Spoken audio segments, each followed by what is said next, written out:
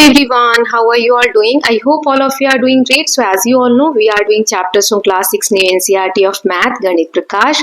इसका 8th chapter playing with constructions we have already started. इसके 5 parts already cover कर चुके हैं. अगर अभी तक आपने previous videos नहीं देखे हैं so please go through the links given in the description box. ये last part है इस chapter का, part number 6. इसमें हम इस chapter को finish कर लेंगे. तो चलिए हम exercise start करते हैं 8.5 exploring diagonals of rectangles and squares.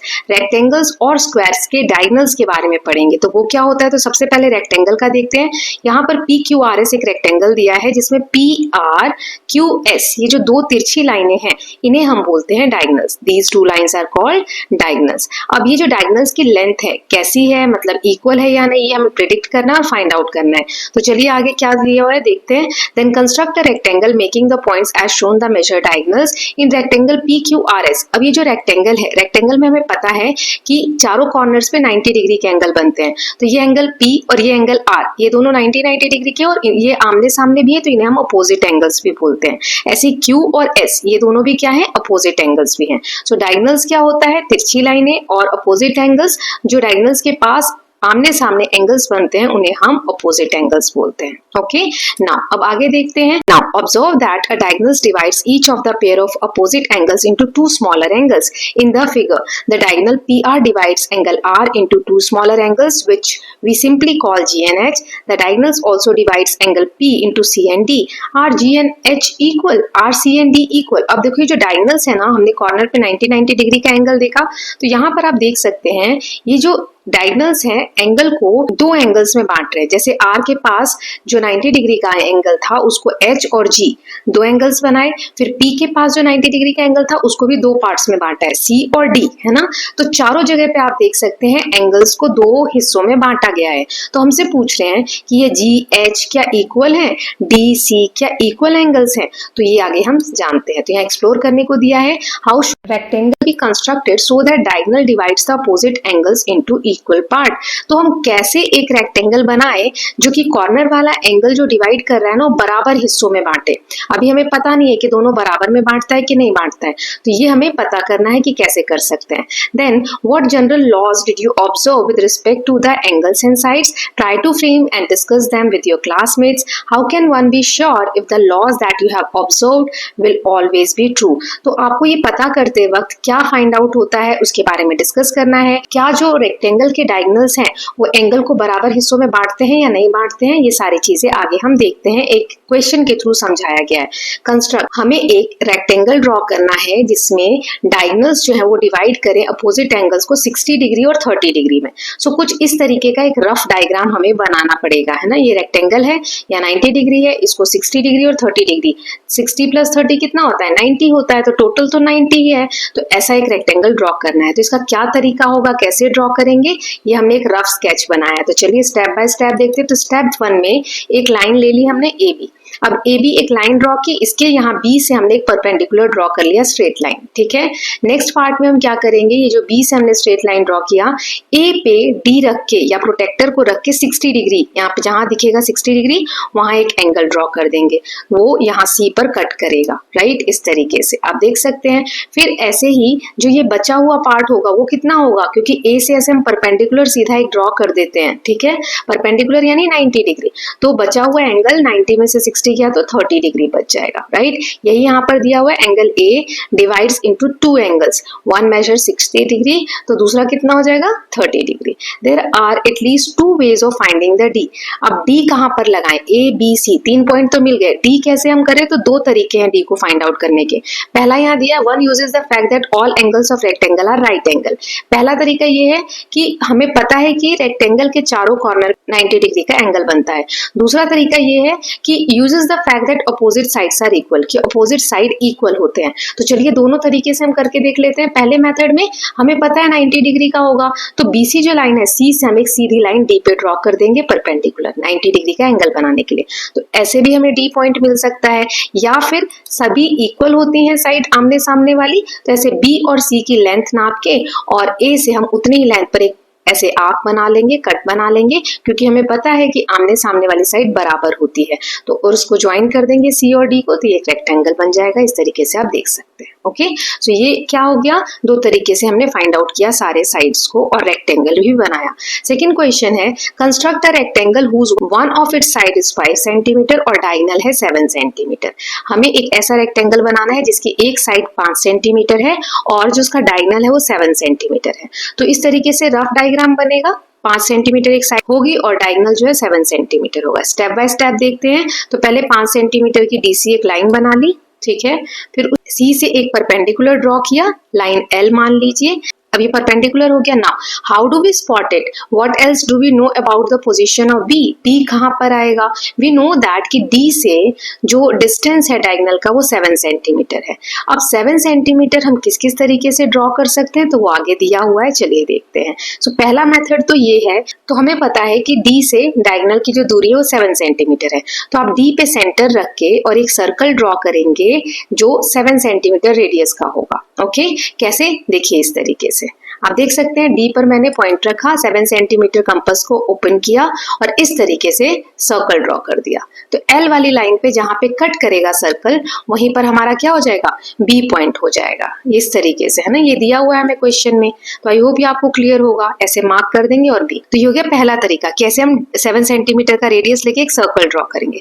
दूसरा तरीका क्या है, क्या जरूरी है कि इस तरीके से सर्कल से हम पता करें, नहीं, हमें पता है कि 7 सेंटीमीटर डिस्टेंस है तो कंपास को हम 7 सेंटीमीटर ओपन कर लेंगे और इस तरीके से हम एक एल वाली लाइन पे आर्क बना देंगे। अब यहाँ पे हमें क्या मिल गया, बी पॉइंट मिल गया।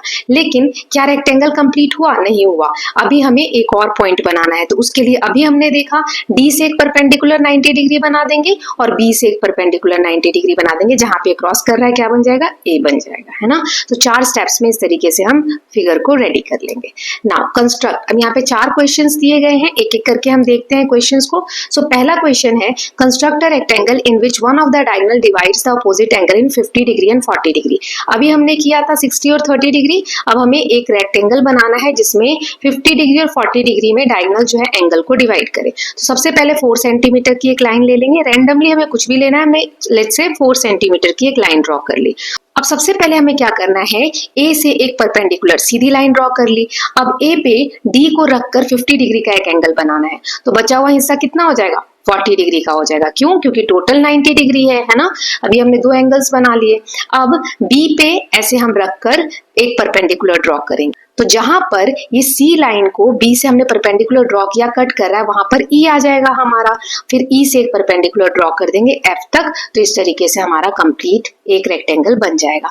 देखिए टफ नहीं है, आप बार बार प्रैक्टिस करेंगे तो इजी हो जाएगा। Okay, now next question is construct a rectangle in which one of the diagonal divides the opposite angle into 45 degree and 45 degree. अब हमें ऐसा एक रेक्टेंगल ड्रॉ करना है जिसमें डायगोनल दोनों एंगल्स जो बन रहे हैं वो 45 में डिवाइड करें। तो कैसे करेंगे, फिर से एक लाइन हम ए बी ड्रॉ करेंगे, ए से परपेंडिकुलर ड्रॉ करेंगे, फिर बी से भी परपेंडिकुलर ड्रॉ कर लेंगे।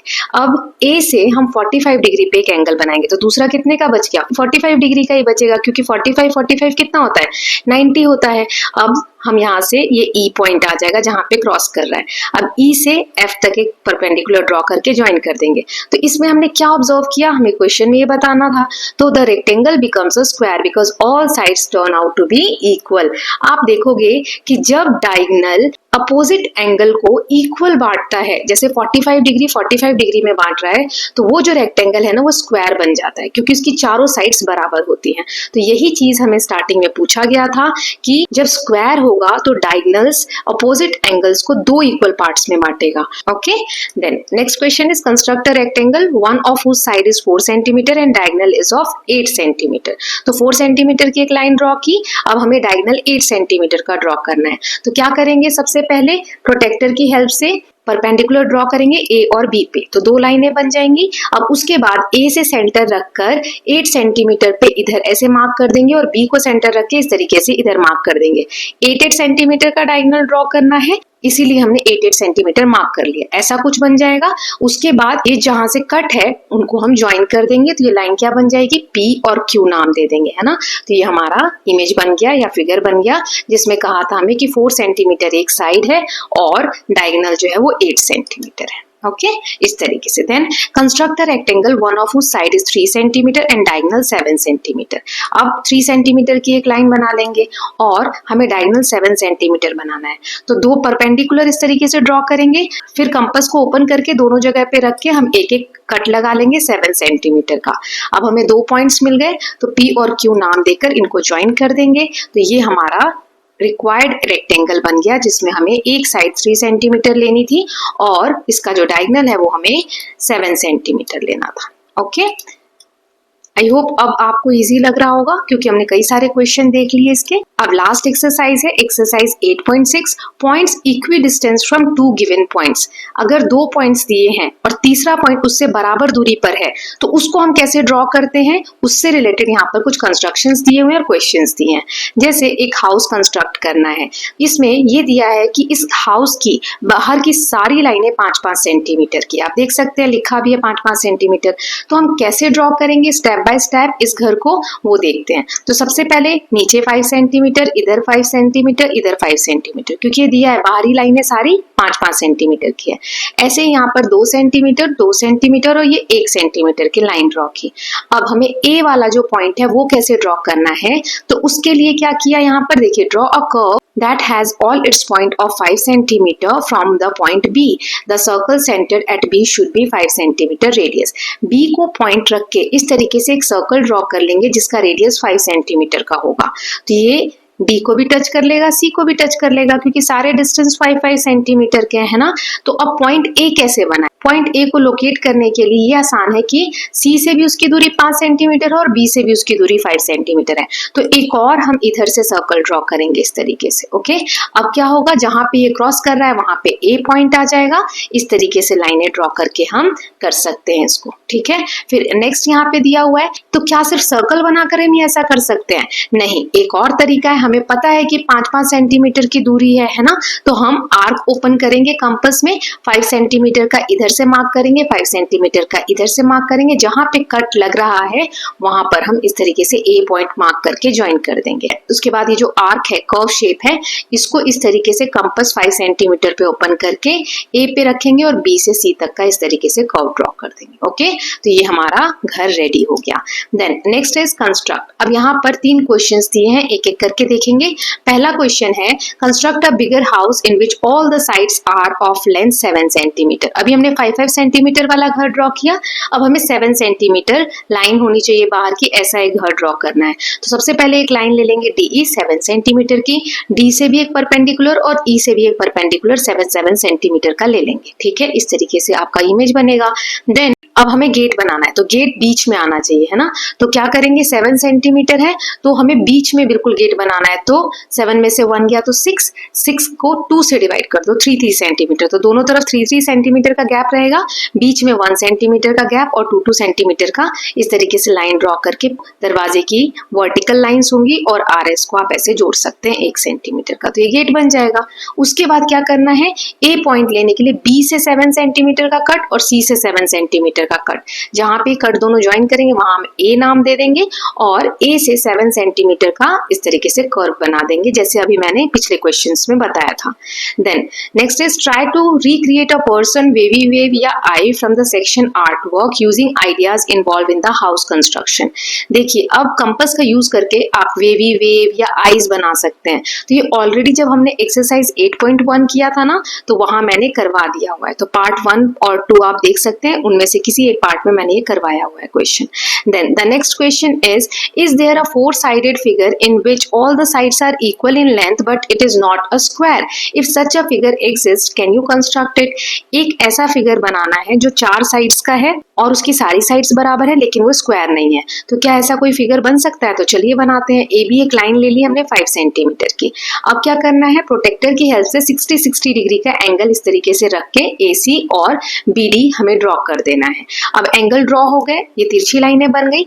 अब जहां पर 5 सेंटीमीटर आ रहा है ए से एक कट कर देंगे पी पे और बी से क्यू पे कट कर देंगे और इनको हम ज्वाइन कर देंगे, तो ये भी 5 सेंटीमीटर का हो गया। अब देखिए चारों साइड्स इसकी 5 सेंटीमीटर की हो गई, लेकिन क्योंकि इसका जो एंगल है वो 60 डिग्री है, 90 डिग्री नहीं है, है ना। स्क्वायर में क्या होता है 90 डिग्री होना चाहिए, लेकिन चारों साइड्स बराबर है, एंगल 90 डिग्री नहीं है, इसका मतलब ये स्क्वायर नहीं है। ओके, तो इस तरीके का इमेज हम बना सकते हैं। सो आई होप ये सारे क्वेश्चंस आपको क्लियर हुए होंगे।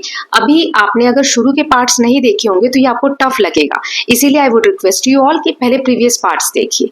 चलिए, तो इसके साथ चैप्टर खत्म हो गया, समरी देख लेते हैं। सो सर्कल का जो बीच का पॉइंट होता है, जहां से सर्कल की जो लाइन वो हर तरफ बराबर डिस्टेंस पे होती है, उसे हम सेंटर कहते हैं। This distance is called the radius of the circle. Centre से सर्कल की लाइन तक की दूरी को हम रेडियस कहते हैं। Then a compass can be used to construct circles and their part. Compass का यूज करके हम सर्कल बना सकते हैं, उसके छोटे जो कट्स होते हैं, पार्ट्स होते हैं, वो भी बना सकते हैं। रफ डायग्राम हमने बनाकर देखा कि हमें सही फिगर बनाने में बहुत हेल्प मिलती है अगर हम रफ डायग्राम बना लेते हैं तो। And a rectangle can be constructed given the length of the sides और that of one of its sides and a diagonal. Rectangle हम बना सकते हैं अगर हमें एक साइड और एक डायगोनल दिया है या फिर हमें साइड्स पता है तो। Okay, so I hope this chapter is clear to all of you. With this we are done with chapter number 8. Now in the next video we are going to start chapter number 9, symmetry. So it's a humble request, please go through the chapters given in the description box. All the links are there in the playlist. Okay, I hope you are loving these videos. If you are doing so, please like and share it, and don't forget to subscribe Kalyan TV channel for more such videos. Thank you so much.